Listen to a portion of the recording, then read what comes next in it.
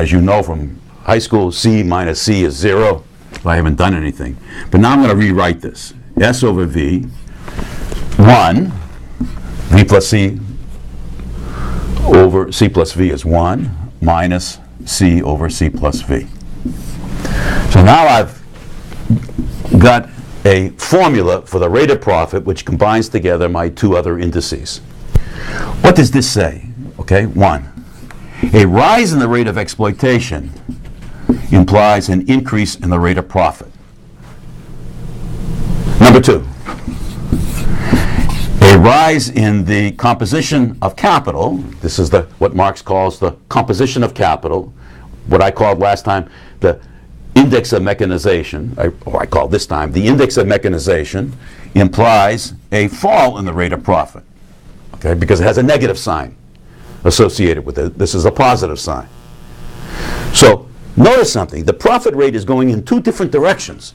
As the rate of exploitation rises in capitalism, it increases, but as mechanization occurs, which we expect in capitalism, that profit rate is going to fall. And then the next question is, what difference does this make? Who cares?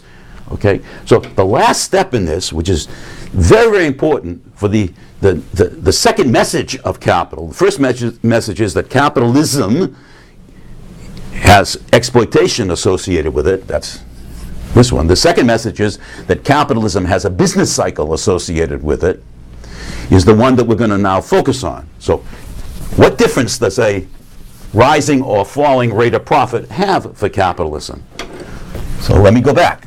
Okay. The rate of profit is surplus value divided by the cost of production.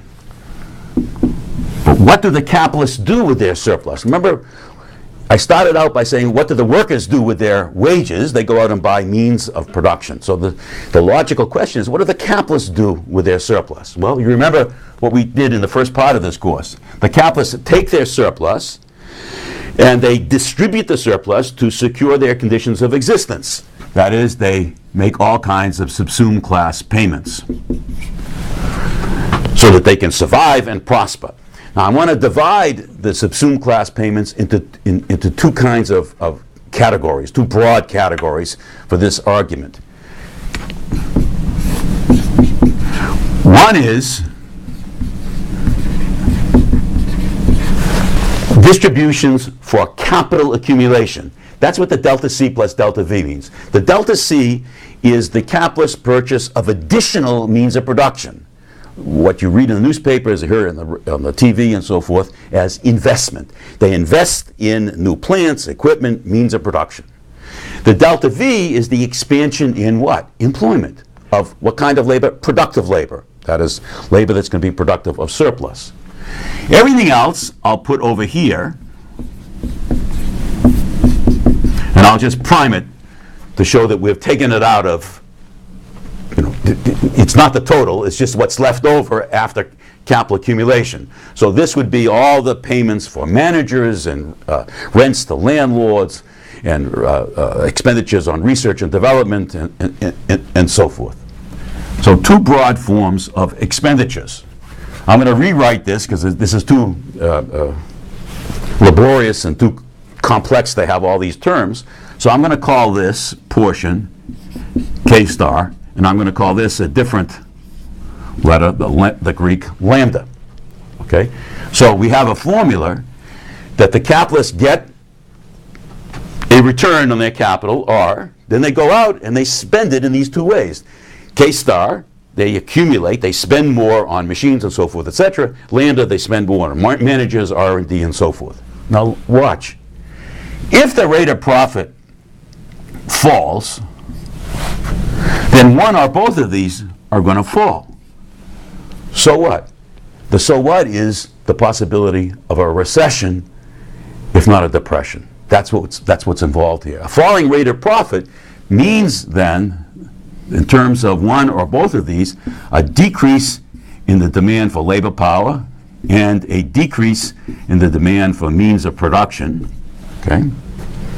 So if K star is falling, productive labor, the demand for productive labor will fall. If lambda falls, the demand for unproductive labor will fall. And if the demands for those two different forms of labor power are falling, employment's going to fall, wages and salaries are going to fall, the demand for consumer goods are going to fall, bango, we have a possibility of a recession on our hands. So a falling rate of profit may imply a recession. Rising rate of profit and expansion. Well, you can see what Marx has done here. He's related the falling and rising rate of profit to recessions and expansions to the business cycle in a capitalist economy. So if we can put this together for a moment, the argument is that in terms of these indices, that a rising rate of exploitation will give us a rising rate of profit and the possibility of expansion. Capitalist expansion. A rising rate of exploitation, which is a bad thing, is connected to a good thing, which is expansion. You see the dialectic, the contradiction again. A bad thing is connected to a good thing. More jobs, higher wages, and so forth, etc.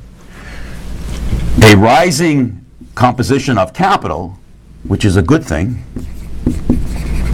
Because why? Because we have more machines, more raw materials, in society. We're using more of those, and hence the implications we have for rising productivity of labor, because that's what it yields.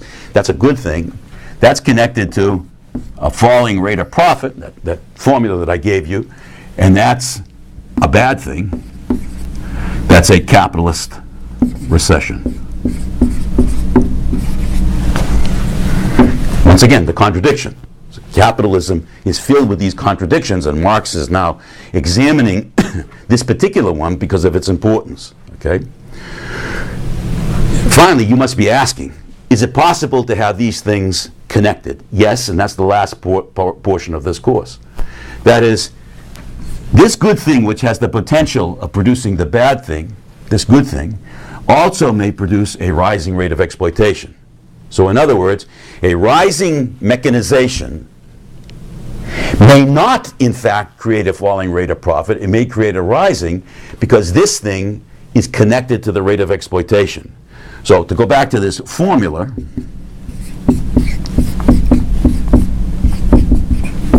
a rising mechanization, which you might expect is going to push down let's just write it in, push down the rate of profit. This rising mechanization may push this up by more, I'll make a bigger arrow, such that this goes up and we don't have the recession. So Marx is now going to introduce this kind of complexity into his analysis of capitalism. And let me stop there.